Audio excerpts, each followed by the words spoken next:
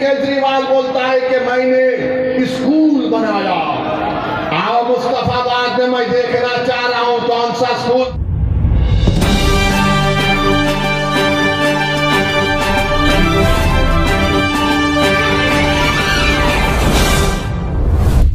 तार काट दिए हैं। अरे तुम लाइन के तार तो काट सकते हो, लेकिन जो दिलों के तार जुड़े हैं उन्हें तुम्हारा क्या, तुम्हारा बाप भी उन्हें नहीं काट सकता है। देखो देखो कौन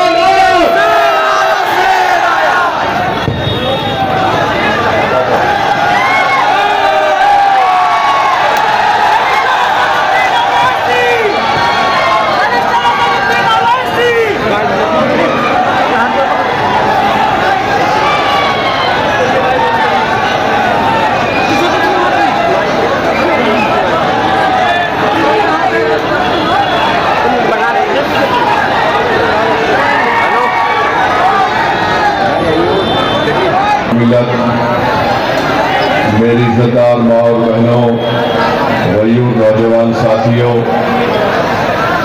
शहनशीन पर तशरीफ फरमा जनाब दीनू चौधरी साहब, किबला मोहम्मद रज़ा की वक्त निकाल कर आज जनाब ताहिर हुसैन साहब के इस इंतखाबी जलसे और रैली में आपने शिरकत की। मेरे अजीज दोस्तों और बुजुर्गों, आज दोपहर के वक्त मुझे आना था, पैदल दौरा पदयात्रा करना था, मगर किसी वजह की बुनियाद से मैं यहाँ पर देर से पहुँचा।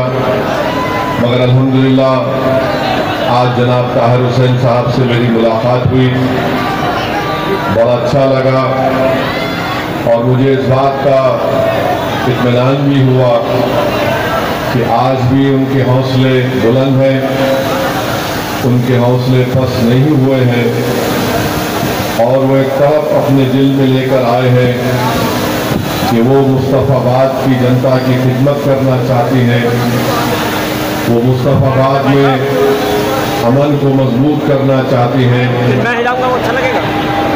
और इतने लंबे अरसे के बाद ताहिर हुसैन साहब 5 साल के लंबे अरसे के बाद आपके दरमियान में मुस्तफाबाद के गयूर बुजुर्गों के दरमियान में आए हैं, अपने घर को गए हैं और मुझे यकीन है कि आप लोग एक मजलूम का साथ देंगे। मेरे अजीज दोस्तों और बुजुर्गों, अल्लाह सुब्हानहू व तआला फरमाता है कि खैदियों का साथ दो, नरमी से पेश आओ, यतीमों का साथ दो, उनसे नरमी से पेश आओ। मेरे अजीज दोस्तों और बुजुर्गों, आज मैं आपसे ये गुजारिश करने आया हूँ कि एक शख्स 5 साल से जेल में है और मुझे यकीन है कि अल्लाह उनसे इंसाफ करेगा, मुझे यकीन है कि अदालत उनसे इंसाफ करेगी। मगर मेरे अजीज दोस्तों और बुजुर्गों, मेरी आप तमाम से गुजारिश है कि आपको भी अपने वोट से ताहिर हुसैन को इंसाफ दिलाना है।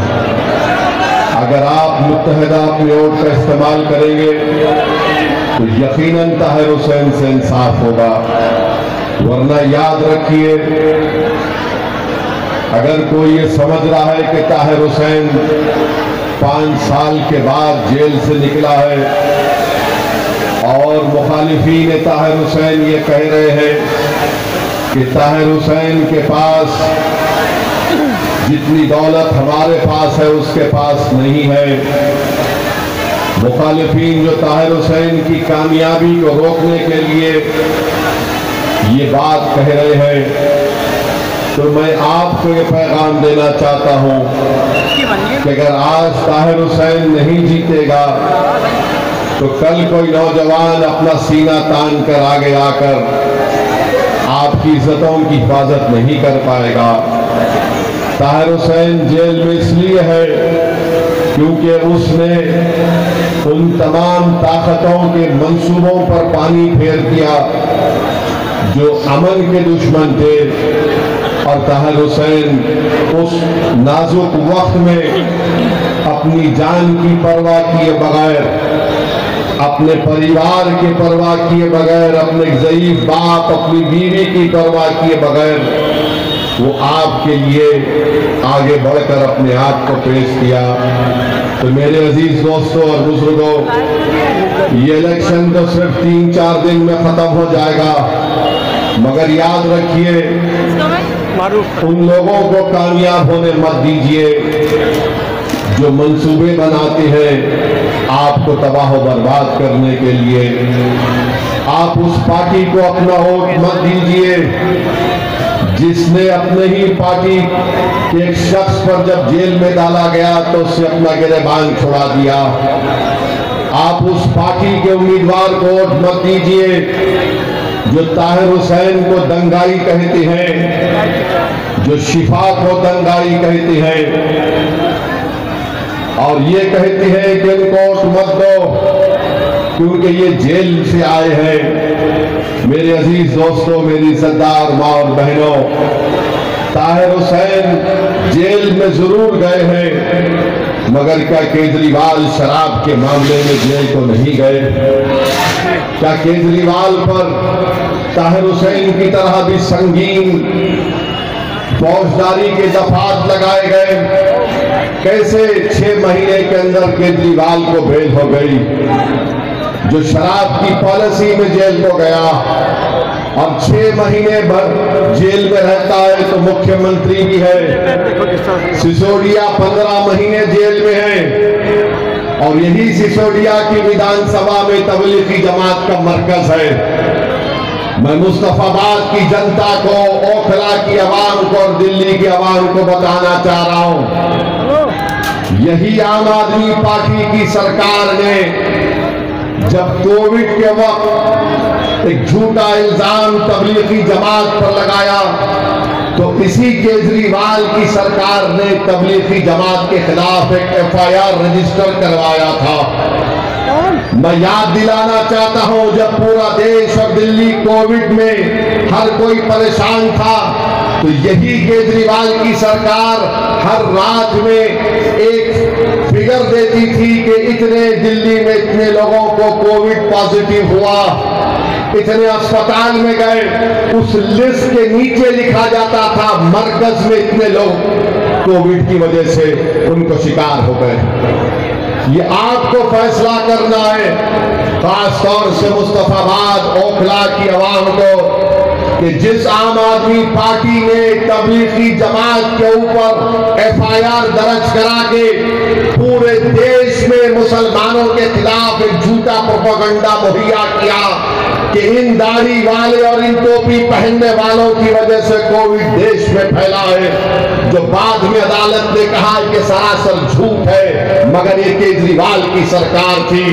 जब 5 तारीख वोट डालने जाएंगे तो याद रखो, जिसने तुम्हारे खिलाफ नफरत की दीवार और आंधी को खड़ा किया, क्या तुम उसको वोट दोगे जो इल्जाम झूठा साबित हुआ?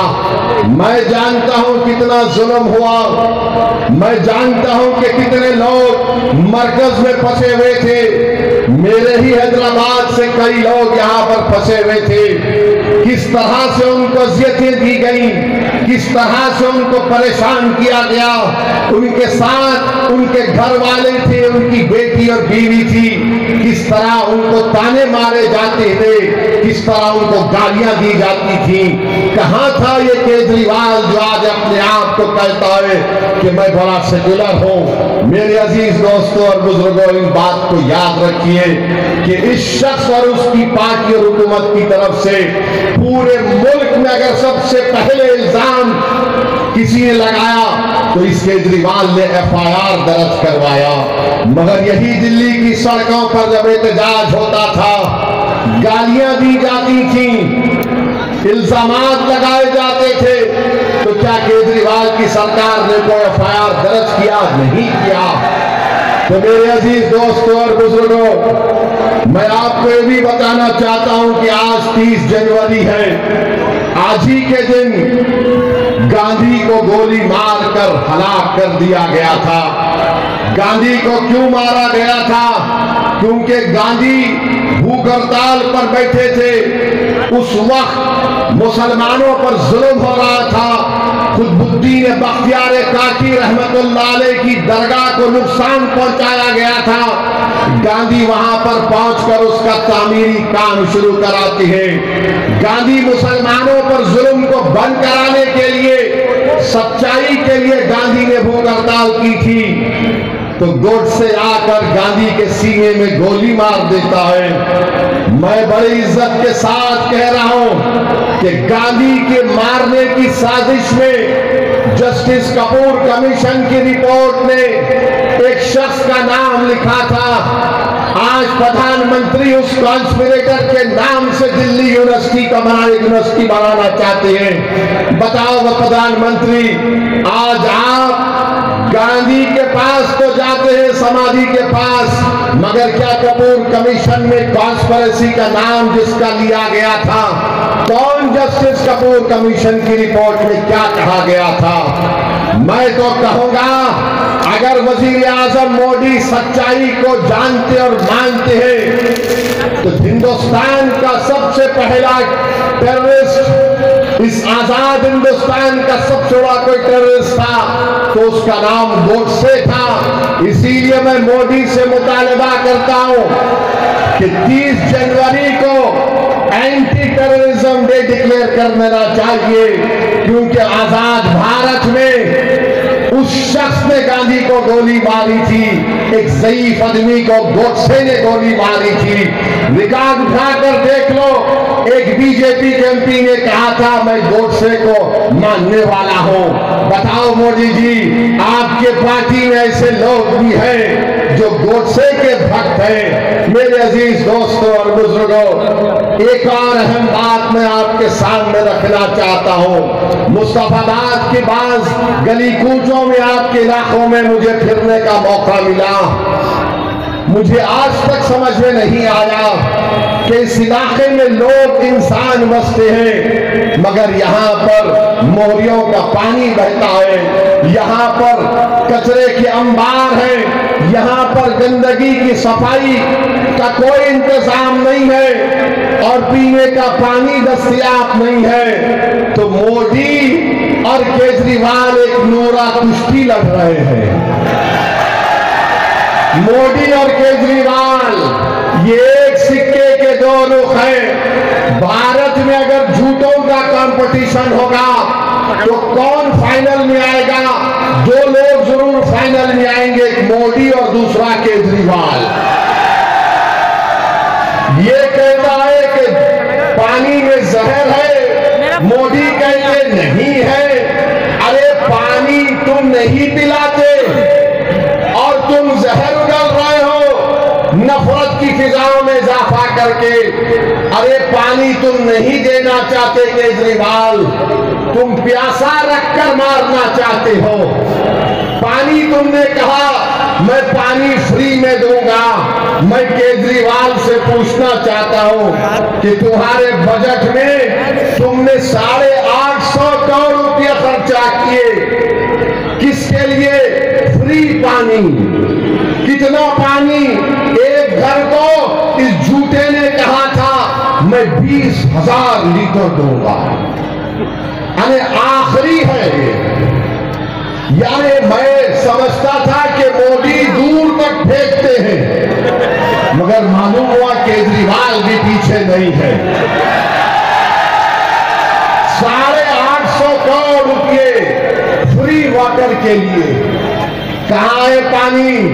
दिल्ली के सुबह गली कूचों में चले जाओ तो पानी बेचने वाले बोलते पानी ले लो, पानी ले लो। 25 रुपए फर्स्ट फ्लोर के लिए, 30 रुपये सेकंड फ्लोर के लिए, 35 रुपये थर्ड फ्लोर के लिए। ना मोदी फर्स्ट फ्लोर को आते, ना केजरीवाल सेकंड फ्लोर को आते, ना सिसोदिया थर्ड फ्लोर को आता। मगर दिल्ली की जनता परेशान है। ये बोलता जहर, वो बोलते ये। अरे दिल्ली की जनता परेशान है। मैं केजरीवाल को चैलेंज कर रहा हूं कि तुम बड़ा बोलते ना, मैं दिल्ली में ये कर दिया। आओ आके मुस्तफाबाद में अपनी फैमिली के साथ एक दिन और एक रात गुजार के बताओ मुझे। आओ यहां पर ओखला में आओ। ओखला में तो अगर किसी को माउंट एवरेस्ट का पहाड़ देखना है, पूरा दिल्ली का कचरा लाकर ओखला में डालते। मुझे यकीन है कि ओखला की जनता उस कचरे को भी फेंकेगी और केजरीवाल के कचरे को भी निकाल कर फेंकेगी। मुस्तफाबाद में कोई डेवलपमेंट नहीं हुआ। यहाँ के पहले विधायक, क्या नाम था उनका, हाजी साहब कहाँ है अब? हाजी साहब कहाँ है आप?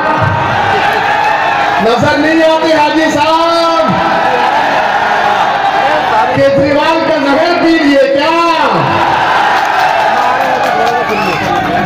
बताओ आपको बोला गया था हम देंगे, हम करेंगे। आज गरीब दिल्ली का पूछ रहा है कि फ्री बिजली, फ्री पानी। अच्छा, फ्री बिजली 200 यूनिट के लिए केजरीवाल कहता है कि मैं 3,250 करोड़ रुपए खर्चा किया। क्या आपको फायदा हुआ?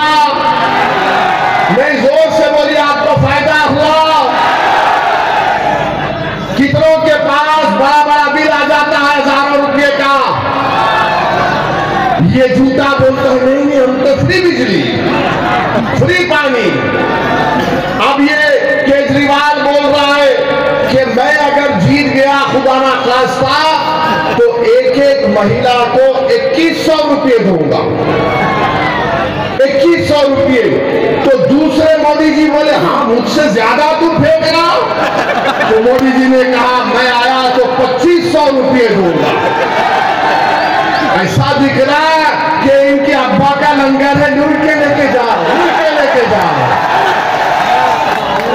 पैसा झाड़ को रहा है ना मोदी जी और केजरीवाल, झाड़ कर रहे, तोड़ ले तोड़ ले तोड़ ले तोड़ ले। अब वो बेचारा गरीब हो, 10 साल से आपको झूठ बोला जा रहा है और मोदी जी भी 10 साल से झूठ बोल रहे हैं। वो 15 लाख अकाउंट में नहीं आए, वो 2 करोड़ नौकरियां नहीं आई। ये इनके वादे, फ्री पानी, फ्री बिजली। मुस्तफा बोलते दिल्ली में, केजरीवाल बोलता है कि मैंने स्कूल बनाया। आओ मुस्तफाबाद में मैं देखना चाह रहा हूं कौन सा स्कूल तुमने बनाया, बताओ हमको। डिस्पेंसरी बना दी। अरे कहां बनाया? यहां पर तो लोग रोज बीमार पड़ते हैं। मैं खुद अपनी आंखों से देखा कितनी गंदगी है यहां पर। मेरे भाई याद रखो, ये केजरीवाल का एक ही पैगाम है और केजरीवाल यहां पर नहीं आएगा मुस्तफाबाद में, क्योंकि केजरीवाल के जो लोग हैं जिनको हम बिचौलिया कहते हैं, जिनको बेचवान कहते हैं, ये कहेंगे कि पप्पा जी आप मत आइए, डैडी आप मत आइए। हम मुस्तफाबाद की जनता को बीजेपी का डर दिखा देंगे, ये गंदगी को भी भूल जाएंगे, पीने के पानी को भी भूल जाएंगे और आपको वोट दे देंगे। अरे बिचौलियों और केजरीवाल के चमचों, अब एक ताकत उभरी है मजलिस ताहिर हुसैन के नाम से। तुमको देखना दिखाएंगे यहां पर अब क्या होगा इंशाअल्लाह ताला। बताइए आप डर डर के, अगर आप एक सवाल का जवाब दीजिए। आप एक शहरी है भारत के, दिल्ली के शहरी हैं। जो शहरी होता है, सिटीजन होता है, उसके राइट्स होते हैं। वोटर होता है तो खाली वोट दे के चले जाता, मुझे कोई फर्क नहीं पड़ता, मैं गंदगी को भी कबूल कर लूंगा, पानी नहीं मिलेगा तो भी कबूल कर लूंगा, घर में बच्चे बीमार पड़े तो कबूल कर लूंगा, कोई 5 साल जेल में सड़ता रहे उसको कबूल कर लूंगा।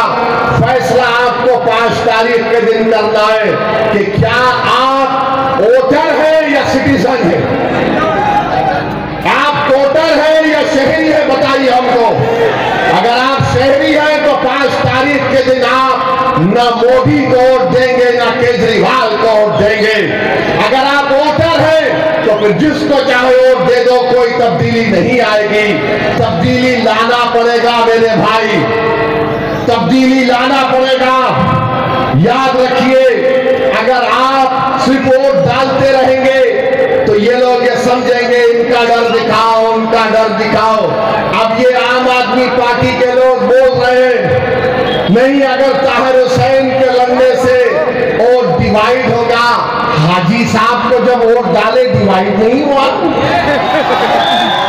यानी तुम आकर हमको बर्बाद कर दोगे, तुम हमारे बच्चों को उनकी बाप की शफकत से महरूम करके जेल में डाल दोगे। और मुझे एक बात समझ में अब तक नहीं आई कि केजरीवाल को बेल हो गई, सिसोदिया को हो गई, जैन को हो गई, वो ओखला के विधायक को हो गई, ताहिर हुसैन और शिफा को बेल क्यों नहीं होती? सोचो आप सोचो इस बात को। ये फैसला आपको करना है मेरे अजीज दोस्तों और बुजुर्गों। 5 तारीख के दिन मजलूम का साथ देना है, जालिम का साथ नहीं देना है।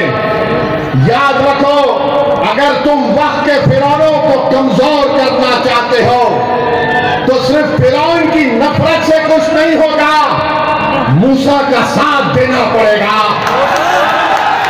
अगर तुम यजीद से नफरत करते हो तो सिर्फ जबान से नफरत का इजहार नहीं, करबला के रेगजारों से आवाज आ रही है।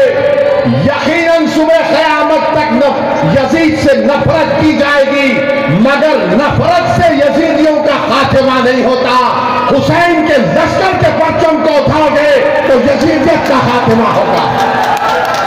तो मेरे अजीज दोस्तों और बुजुर्गों, सच्चाई का साथ दो, डर कर ताहिर हुसैन का साथ मत दो, एक उम्मीद पर ताहिर हुसैन का साथ दो मेरे भाई, एक उम्मीद पर साथ दो।